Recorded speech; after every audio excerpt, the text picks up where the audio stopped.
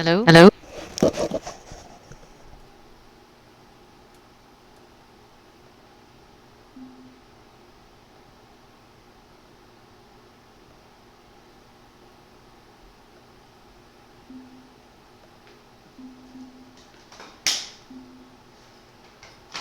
Right on.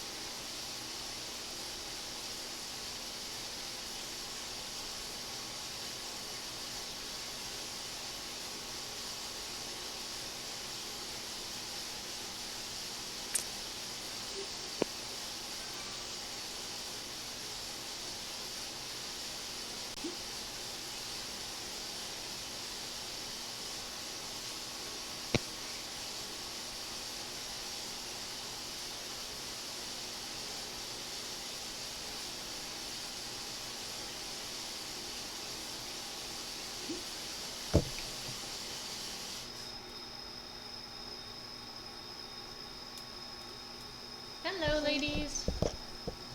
Hi. How are you? Yeah, good. How are you? Very good. Um, Laura, I'm not gonna my bike because I've just got back from this cycle, so my bike's not even on the turbo.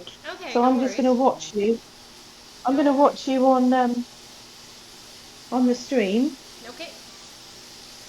Um, because I'm never gonna get my bike back on the turbo in Oh, no time, and worries. my legs are dead, to be honest. Okay. Don't Um, even worry about it.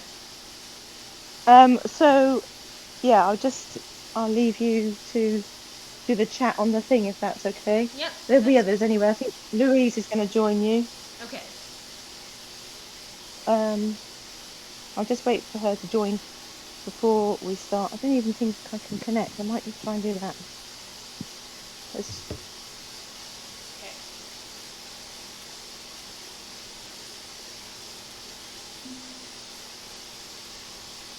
there's quite a few signed on for this ride today, I think. Yeah. It's 145 people right Ah, yeah, 178 on mine it shows. now. Oh, wow. Wow. Yeah, it's a lot. Catherine, when you ask me Um, to take over the chat, what do you want me to do? Just talk? no, not take over the chat. Just look Okay. after Laura. Oh, So, just talk. Yeah, I've already had a chat to her on the background there. alright. Yeah, So we're will gonna do. Yeah, roll out pretty I've easy got. here. Keep it at about Yeah. 2.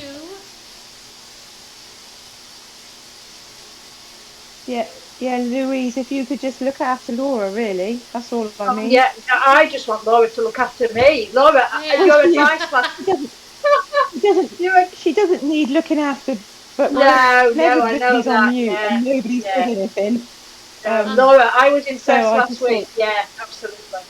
Alright, so we're gonna I start was nice and saying to easy Laura, at 2. I already have a bunch of questions from people. So yeah, this that was from Sarah. so for this course, you really only have to think of a couple things. It's very straightforward. Each lap you have to think corner, sprint, climb. That's it. Because you have a tricky setup getting into the sprint. You're going to go around a corner, and you actually have to ramp up as you're coming around that corner because the sprint is so short.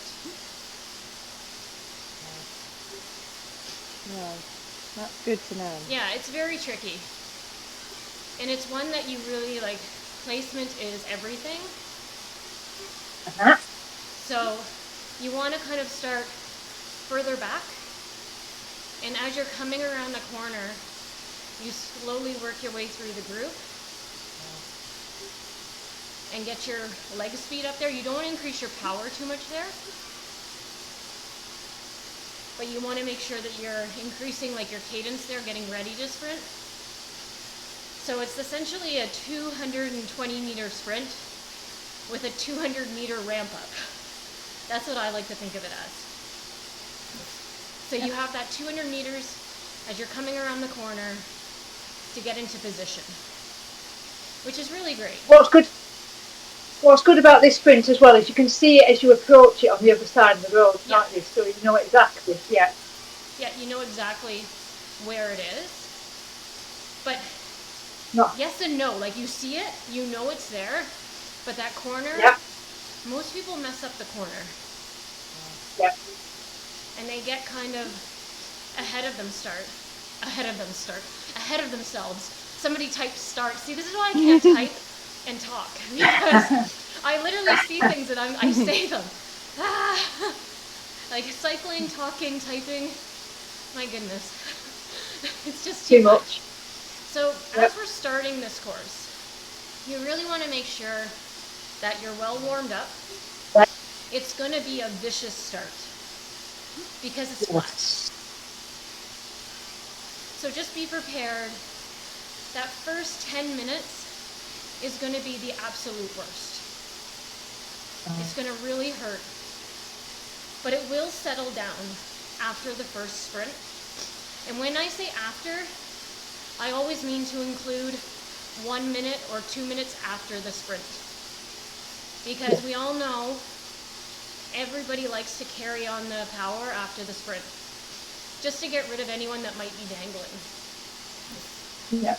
No, I suspect tactics might be that people slow right down in between the sprints, because then they're going to save all the power. There's going to be a section where people do ease back, Yeah. but it's not going to be right after the sprint. Okay. So we did this course in 2020, and it was a big race of attrition. So every single lap, people just got caught off guard on the sprint and ended up getting dropped right after, because everyone would keep the pressure on after the sprint. So those that went through the sprint first would normally form a pack. Right. So you want to make sure, if you are wanting to get points each lap, if you're wanting to finish in the top, you need to go with the front.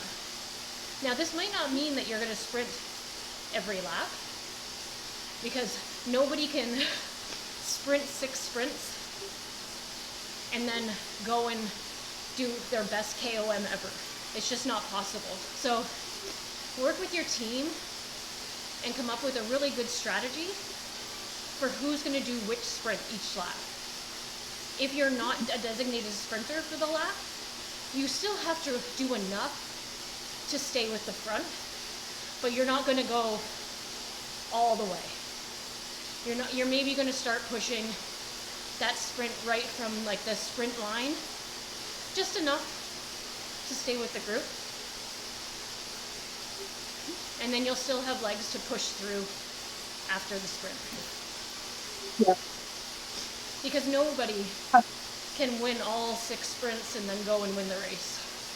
Like, no matter how good of a sprinter you are. So, my suggestion, everybody goes for the first sprint, because that's where your fastest through will come from. Just because it's a bigger pack. Alright, so like I said, there's 3 things to think about. Corner, sprint, climb. Those are your 3 points. So our first one is the corner, which is at 3.8 kilometers. So you see that sprint banner come up on the side, and that's your kind of mental signal to, okay, get focused. Is my cadence where I want it to be going into a sprint? We all know that the best sprints are performed at a high cadence. So I would put myself into an easier gear and start to get my cadence up. I see that sprint. So now, yeah. Yep. So 3.8, we're coming into the corner. This is exactly where I'm getting my cadence up. I'm going into the corner. I'm starting to really ramp up my cadence. Over 100 for me is where I want it. And right here, you really start to bring up your power, power, power, power. And the line's at 4, just after 4 kilometers. You want to launch your power up before you hit the sprint line. If you want to try your sprint, go ahead. I'll just hold steady. Just please regroup after. It's a very short sprint. So, like, look, we're just cruising, right? And we're going through this thing in, oh, you know, like somebody did 15 seconds there. We'll see 12s in the women's race. So just make sure that right after that sprint, you're keeping the power on. You're pushing through here. The worst thing that could happen is you get dropped off the back here, and you have to chase the pack that's formed in front of you. And it's very easy on this course for a group to get away. There's no significant downhills until 28.6 kilometers. So little groups will form. I'm gonna ease everyone back.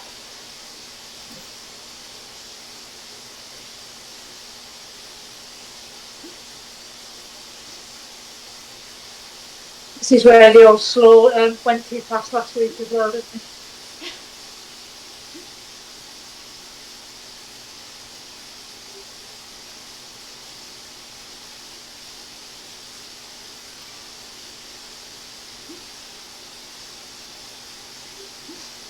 So Laura, So when you now, last week you said, this is kind of sorry, weird. you last. Sorry, pardon? I was just going to say, last week you talked about easing to the back of the pack. Yeah. And then sprinting through them. Yeah. Would you do so on this type of course?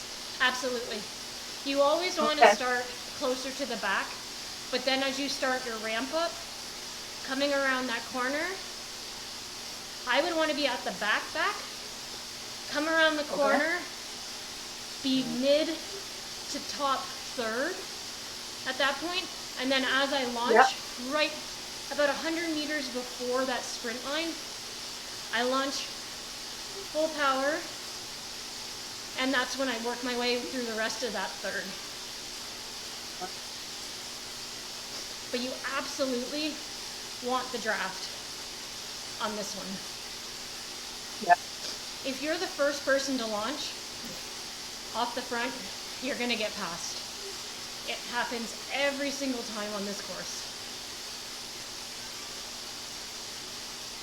And it's really hard because then you have to push even harder on your sprint just to stay with the pack. All right, so the next little point to remember is at 6.8 kilometers. You're going to make 2 left-hand turns. The first one, no big deal, nice and easy. Stay in the pack, try and recover. The second one is our little hill. Now it's not steep, it's not tough, but it makes your legs burn. It's just enough to put the sting in. Now, on the first lap, I wouldn't do anything crazy. I would just use it as a way to switch up the muscles, get a different feeling. However, later on the race, I would definitely want to use this to make others suffer. So I would really kick it up. So here we go. Kicks up. See, it's just nasty enough that it's gonna hurt.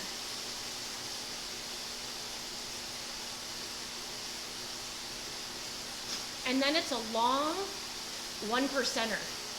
So just like a false flat.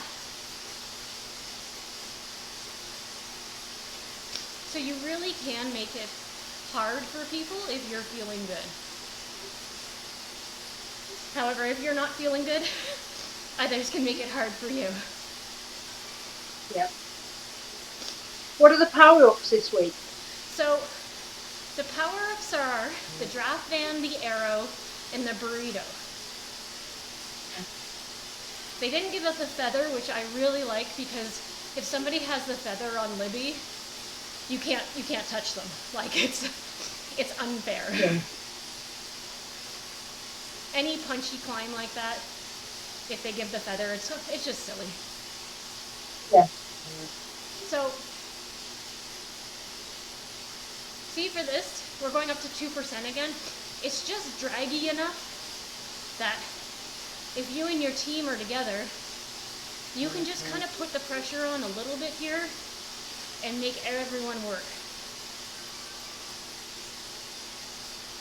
And then as you come into the roundabout, it's gonna level off again.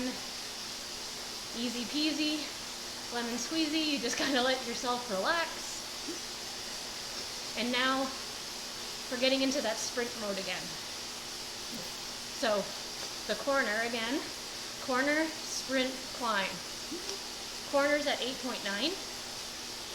So start to get mentally ready, have a good sip of water. I try to tell myself that right here as I'm going around this little roundabout. I also want to make sure that my legs are spinning enough that they're not full of lactic acid. Kind of shake them out a bit. So here, because it's a downhill, nobody can get away. People will try and launch here early all the time, but with a big rolling pack, it's almost impossible and kind of pointless because they're just gonna pass you in the sprint anyway. So I know it's coming up at 8.9. I passed the sprint banner. Start to talk to your team. Communication is key. Who's feeling good? Who wants to go for this one? Somebody's not feeling good. You want to make sure you're protecting them, that they don't fall off the back of the group. So this is where RDS would say, okay, who's feeling good? Laura and Kat are feeling good. Okay, they're going to take this sprint. So you always have a plan. So here we go. Here, I want to be towards the back of the pack, coming around that corner, getting my cadence up, start to increase, and 100 meters out, so 9.1, launch the power up, and full sprint. And this one you can kind of, just put your head down and go full power. It's so short. Don't bother with looking at anything or caring, just go, full power, whatever it takes. Once I know I've crossed, I want to focus on keeping the pressure on for about 1 minute, because that's normally how long it takes things to regroup. And it might not seem like a big deal right now, because we're going pretty easy, but in a race environment, it's gonna hurt. Like that 1 minute after, your legs are gonna be burning, but that 1 minute of suffering after each sprint is going to pay off. And it will ease. It always eases on this course. It's normally just after this turn, as you get to those orange umbrellas, that it starts to ease up a bit. Now, we all know race day, that can all go out the window, and it might be just hard. People might want to try and get away. You do want to close any breaks down that you see here. If there's a group that's getting ahead of you here, and you have a group, get organized. Talk to each other. You can direct message people. You can, a lot of things that you can do. That's what I did on yesterday. I wanted to organize a little breakaway. I didn't know anyone in the race, except for one guy from my team. So we started direct messaging people and saying, okay, do you want to try a break? Where do you want to try it? Remember that it's not just your team that wants to work with you. It's any team around you, really. And if you don't have teammates in your group, you want to make friends. Now, the next point is that little climb, which is at 11.9. So here, focus on the recovery. Make sure that you're taking in lots of fluids because you don't want to be drinking too close to that sprint too much. Unless you have a bucket handy. So you might not want to drink too much. So bike selection for this course. It's a tricky one because it has, if it didn't have Libby Hill, I would use a disc, but I really like to hit Libby hard. I'm a climber. I'm a very punchy climber. So for me, I want to still be able to do well in the sprints, but I want a slight advantage on Libby because I know how I climb. So you need to ask yourself, am I only here for sprints? Or am I here like for the whole enchilada? Am I here for that Libby Hill? You can still do well with the disc because the first part is draftable, but it will slow you down slightly on the corners. There's 3 major corners that you have to be aware of. All right, this is the uphill. Short but sweet.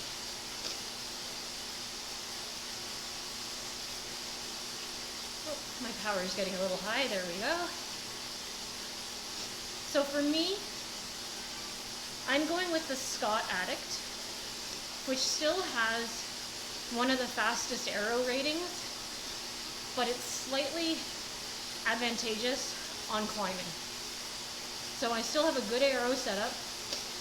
I'm going with the DT Swiss, I think it's the 1162 wheels, so they're not the full disc, but they still have a 4 rating for aero. You can go Tron. Tron is a great choice. Again, I just don't like Tron because I don't like not knowing when I'm in the draft. Yeah. Yeah, I can't, it really bothers me to not see that when my little avatar sits up. I don't know why. It's a pure mental thing for me. It's like the Tron, I'm always like, I always think I'm losing the wheel. But if you're comfy on that bike, it's a great choice. But you need to think, where do you want to shine? If you're going for those sprints, I would do S-Works Venge or Cervelo S5 2020 with full disc.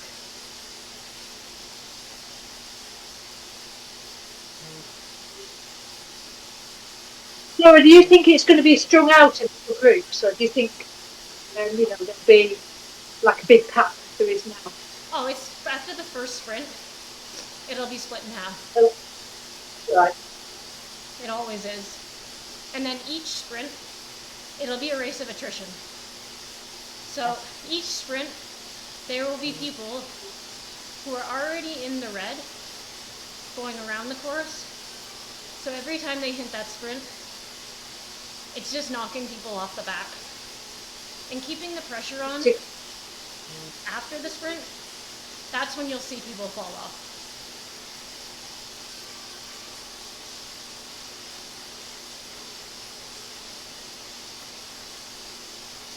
So we just saw the sprint line. Our next corner's coming up.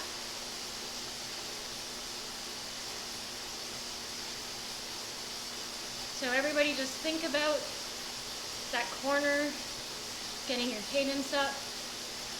This one is really like, it's a lot of anticipation for a very short sprint, which I find almost worse. Like I'm always like, oh, I'm gonna go too early or I'm gonna go too late, like I don't know what I'm doing. And it's I find that if I'm not careful, you mean if you're not careful and you don't get in the draft, you just get totally wiped out. Well, that's it. You really need to make sure that you're in that draft. And that you start to work your way through around the corner. You don't want to leave it too late.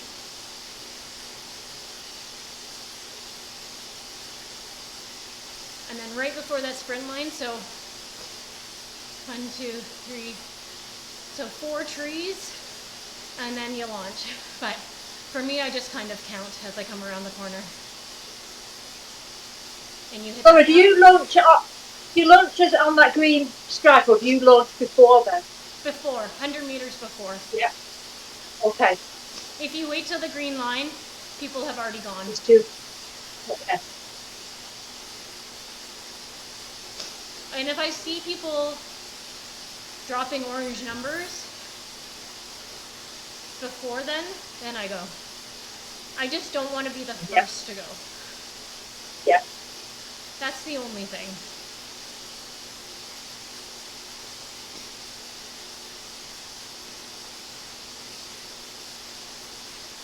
It's such a quiet group. Like nobody's typing anything. No.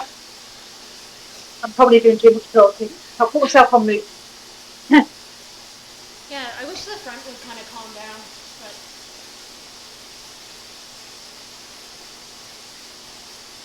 I can see this race being one of those where you don't really notice the road as such, because once you go around something like 5 times, it's all about, it's a bit of a boring race. It's an extremely boring race. Yeah. But it's a lot of tactics. Yeah.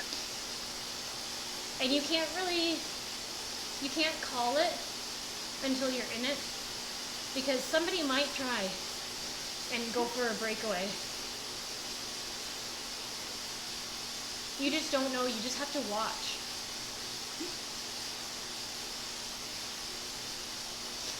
But it's good because there's a lot of recovery, but it's an extremely tough finish. And I'm not talking about Libby Hill. Libby Hill is just a hill. Like, everyone knows what it's like to climb a steep hill. But the lead into that, it's a lot of nerves and a lot of anticipation, and it gets pretty aggressive, I find, on that final straightaway. Because people don't want to be, everyone knows that the best people on Libby Hill are the ones that can sprint the whole thing. So a lot of people don't want to do that because they can't hold that kind of power. So they want to try and make it hard before. Now, that's where you're suggesting stretching out on this hill. Yeah. any chance I get on this course to make it hard, I want to. I don't want to go into that Libby hill with a massive pack. Yeah. But each sprint, oh, that's a good question. Would I stand to climb on Libby? Absolutely, 175% yes. I stand the entire hill. It is too aggressive to sit. And it's one, like, every time I get to the end of it, my legs don't even feel like they can turn the pedals over anymore. It's brutal. But yes, you stand the whole thing. It should be. It's an aggressive hill. It's not often that you see people hit a 20% hill and they sit. Like, you want to be putting the most pressure on your pedals that you can. So, but if you're somebody that you know you can't stand for the whole thing, I'll show you exactly where you want to stand. So for 8 women, we're looking at about a minute.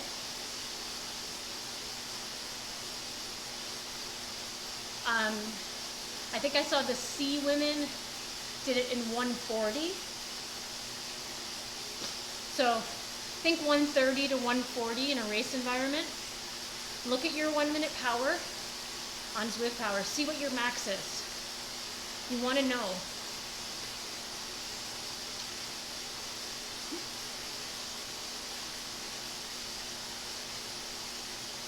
Please tell OB. I don't know who that is. Who's OB? OB, come back. Who knows? I think he's typed it. You'll see it. Would Pantani have stood? That was funny. Yeah, he would have just stood for the whole thing. So the standing thing is, I mean, I say, yes, I would stand for the whole thing. But you need to know your limits too. Don't, Laura said I have to stand, so I'm going to stand. Know what you can do. If you can only stand as you come around each corner, stand and give a hard sprint each corner. I said earlier, there's 3 corners. Each time it goes around a corner, it kicks up. It's tough. It hits cobbles too. So you have that rolling resistance to think about. And it hurts.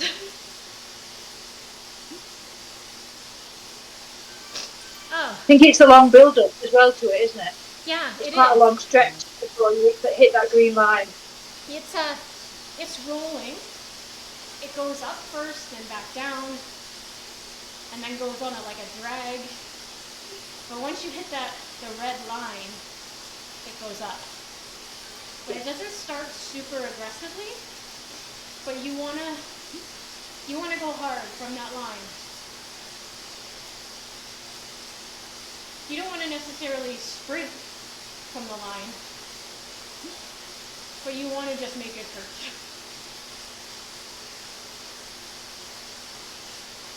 Okay, we have a good group here now. It's awesome. So yeah, this. I think everyone's decided they've done the sprints. Yeah. Well, there's still some people ahead, but they can just go. I mean. Yeah. It's Zwift. There's always people that feel the need to go ahead. I'm like, whenever there's a chance for me to go easy and just sit in, I'll take it. Yeah. I'll save my legs. So again, we're coming up to our corner.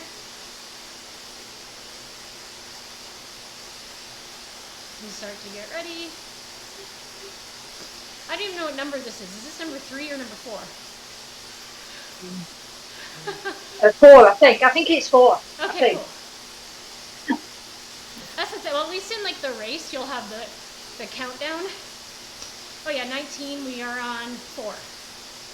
Yeah. I could have just looked at my notes. So again, I just know my legs. Start at the back. spin those legs, increase the power. What I do is I go 1, 2, 3, 4, and go.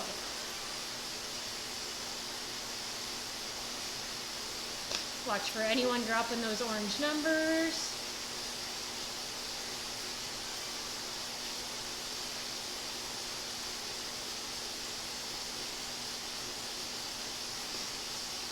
I'm not sprinting today. Definitely not.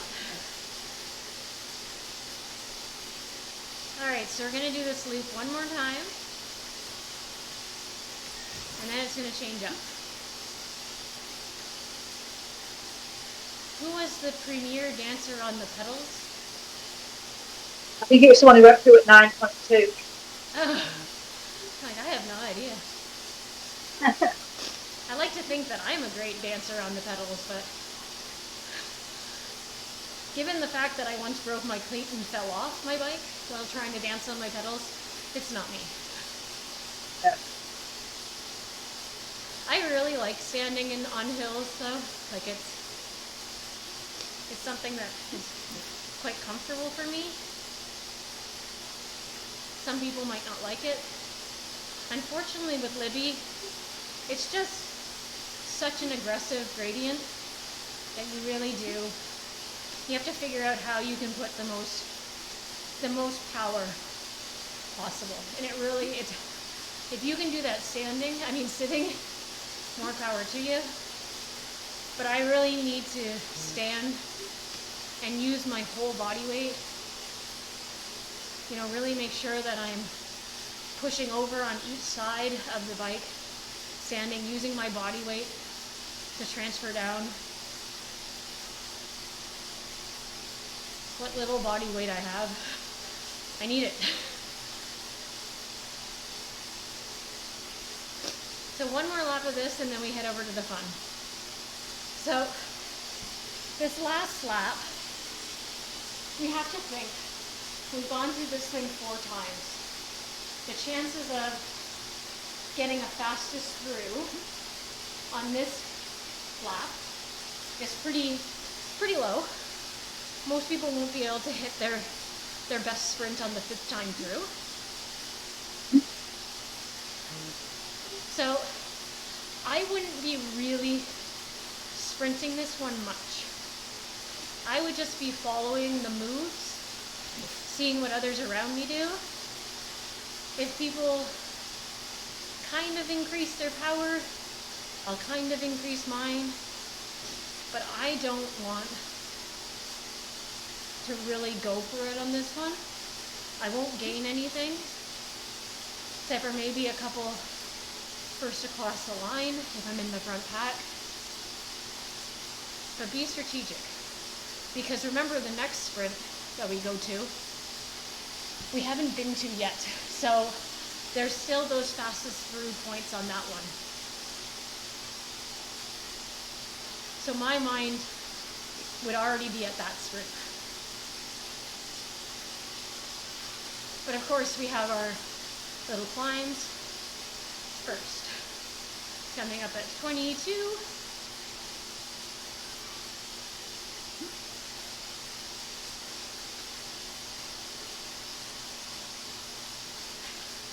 Lance Armstrong, yeah, he had a cadence of like 105 just naturally. So, I guess, wait, strike that. I won't use the word naturally.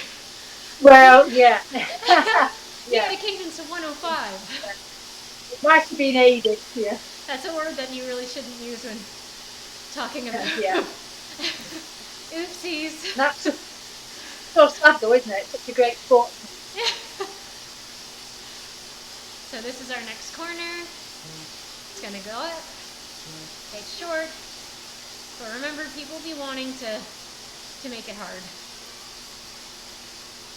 It's just something that you need to mentally prepare yourself for. All those little points where people are just going to try and make it hurt. Best cyclist ever? Is that a statement about Lance Armstrong? Oh no. I don't agree with that. He was great, don't get me wrong. But I don't know. Best ever? Not sure about that. There are a lot of greats. There have been many. It's hard to kind Absolutely. when you think, you have to kind of think in generations, right? Like, yep. Tactics and team, yeah, bikes. Yeah. And just kind of, like, Lance was great for his generation, and, you know, Pantani was great, and now we have the new generation. It's hard to compare.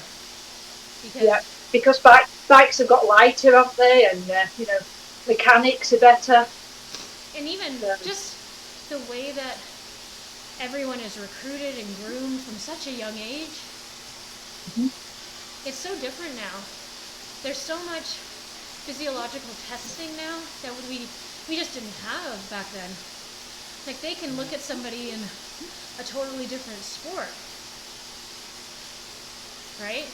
And say, true. No, you're made for cycling. This is what you should do. Yeah. I mean, they just must look at muscles and lung capacity and, you know. Exactly. VO2 max, the lactic threshold, how fast people can clear the lactic acid. Like, it's next level. Like, there's, of course, Merckx. Eddie Merckx. Yep. Heck yes. He's good. Love him. But, yeah, it's just, like, I mean, you saw what Remco did today. Like, it was bananas. And then you have, like, Filippo Ganna on time trial. Pogacar. I just, like, choked on my water there. But, like, there's so many amazing cyclists. Like I could go on forever. Like, we're just talking male there. There's some great female ones as well. Well, just because they were talking about male. Oh my God, I am blown away with women cycling lately. Yeah, absolutely. It's just incredible. Like, when you see again the evolution of the sport and the progress women have made, like, it's something else. It's getting the credit now. Yeah. We have a girl locally, this girl Lucy Hempstead, and she's, I think, 21. She just signed with a UCI Continental team for the first time, and it's just like hearing her stories and seeing how far she's come, and like, it's inspiring. To see these girls working so hard in pro pelotons, doing things that we used to only think men could do. Well, I never thought that, but people thought that. Yeah. So if we could only, get it so women actually had equal distances, I think that's the next step. Yeah. Because they're always giving us shorter courses or taking out the really hard climbs. Like, it's great that they're letting us. We can do it. But exactly, we can do it. But we're not fragile. Like, we're not going to break. It's silly. And it used to be that way. Like, I come from running. I was a professional runner for 12 years. And I remember, the women would always have the shorter races at cross country. And it's like, really? I can run the same distance as a man. I might not do it like tennis, isn't it? Yeah, I might not do it as fast, but I can do it, and I'd like the opportunity to try. But that's all, we got to take it as it comes. And this year's been huge with the first Tour de France Femme. So let's keep the momentum going. And seeing women again on the cobbles of Paris-Roubaix, it's inspiring for younger generations.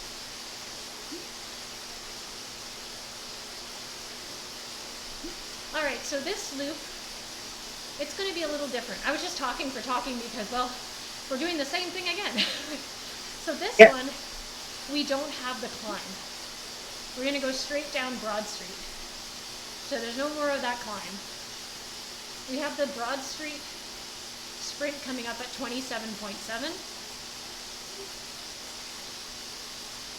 So here, you really want to just sit in. Keep relaxed as much as you can.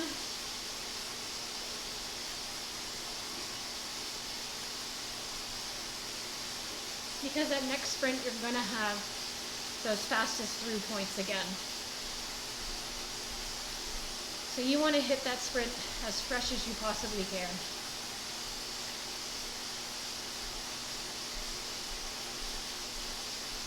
I mean, at this point in the race, nobody's really fresh. But do your best. Tell yourself you're feeling good.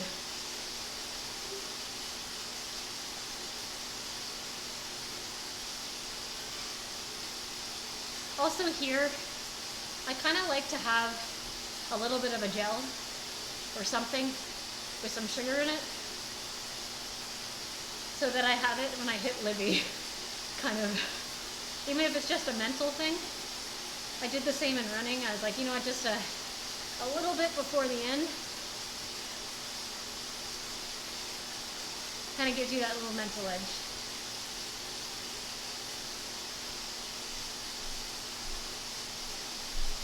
There is a lot of opportunity to sit in here. You don't want to be that person going off the front. I like to really sit to the back or the middle of the pack. I do not like to be near the front.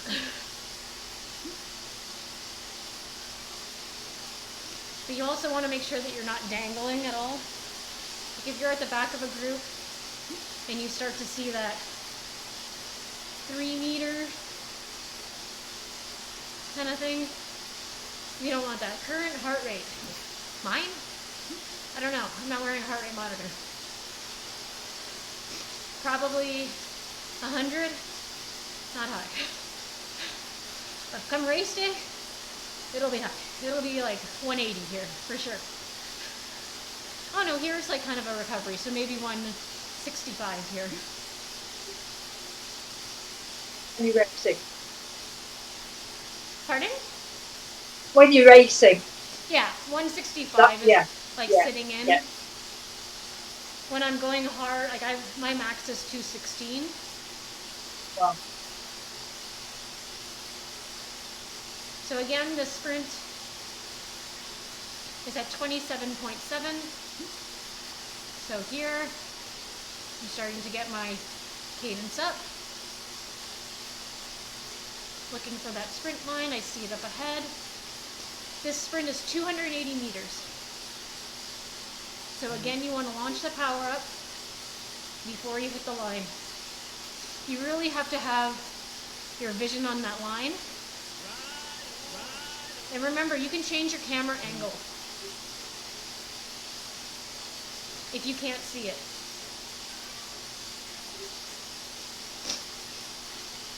Another trick is to hit that, what is it, H on your keyboard quickly, because it removes everybody's names. So I can see that sprint banner very clearly now. So it's that heads up display. You hit H on your keyboard, get rid of it. If you're freaking out because you can't see the line, do that. Everybody's little names above their head goes away.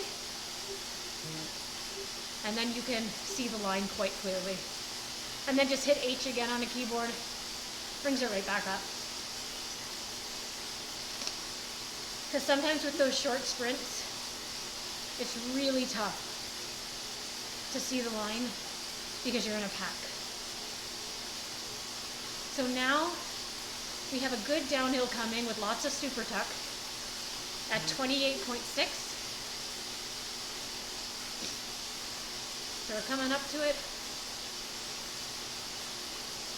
Here we go, we're gonna go downhill shortly. And this is your perfect opportunity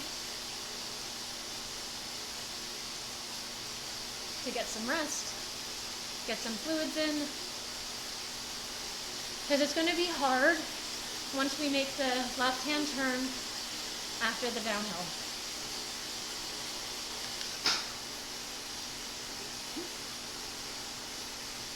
So the drafting on this is really important for those sprints. If you get the burrito, which a lot of people will, you are going to want to use it on the sprints. Just launch it. Basically any power up you get, you're going to launch, because there's no feather in this race. If there was a feather, I'd be telling you, if you get that, you have found the golden ticket. Hold on to it, treasure it, keep it safe. But unfortunately there's none. So every power up you can use. You will have just got one there on the Broad Street sprint. Now, there are good places to use each power up on Libby Hill. So here's the turn I was talking about, this left-hand turn coming up at 30 kilometers. Sorry, 30.1. Where it just kind of becomes a little draggy. There is one kicker at 30.8. Very short, just stand and push yourself over it. But I find that people, because people get nervous and everyone wants to kind of just get this over with, people start to push here. But then once they see that Libby Hill's coming up, they'll ease right off.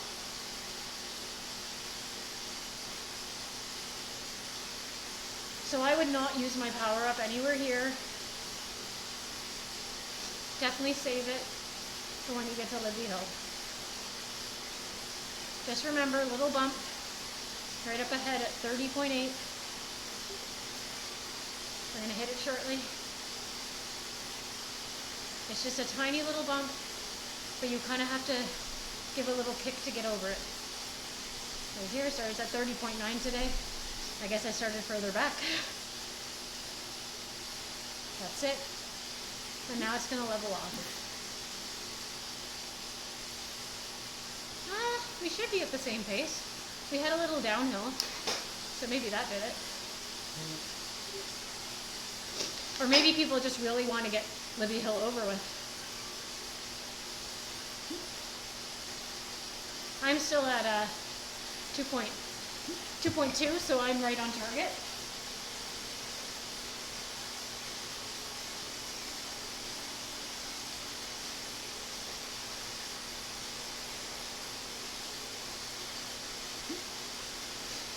Alright, so here, I start to see that little turn on my mini map. And that's when I know it's like, game on. That corner means the hurt locker has opened and I am about to enter. So get ready. There's a little bit of a up and down as we round the corner. You do not want to be on the front. I repeat, you do not want to be on the front. You don't want to go into this climb as the first person. You'll get past. Because it starts very draggy.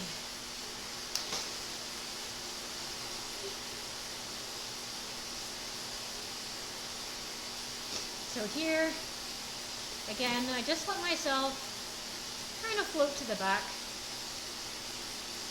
I want to see what everyone else is doing. I don't want to be chased. I want to be chasing. So this corner comes.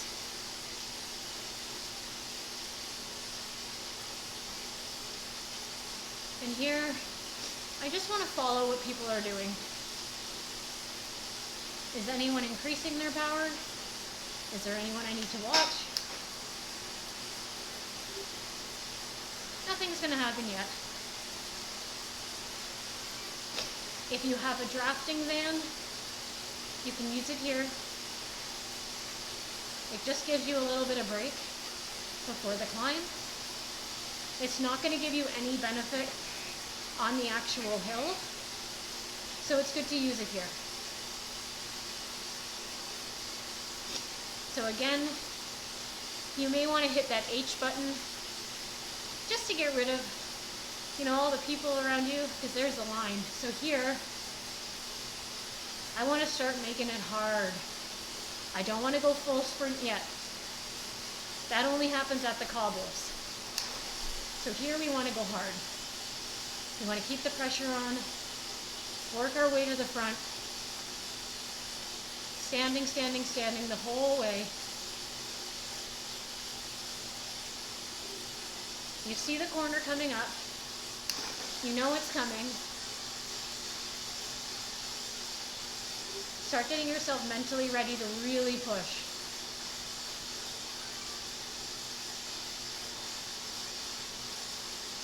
If you have the burrito or the arrow helmet, save it for right before the banner.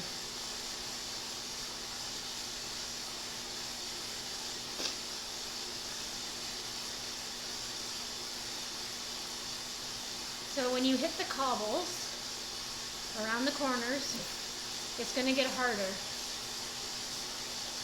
So what you want to do on each of those corners is just really dig in.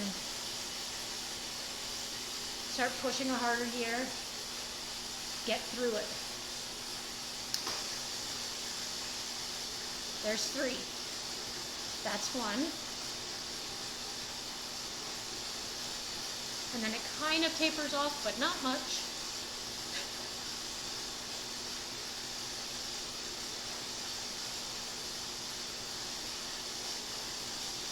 And then the next corner, it kicks up even more.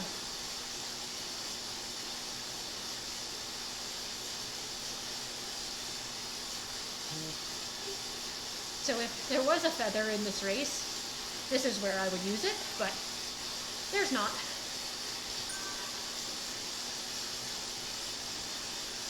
And you really just want to dig in around this one.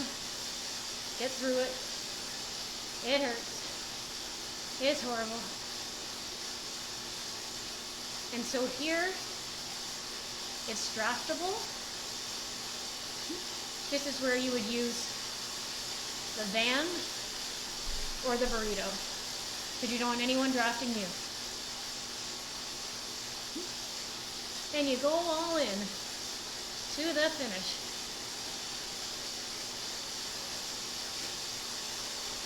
And that's the course. So I hope that was helpful for everyone. No, it was superb as always. Fantastic advice.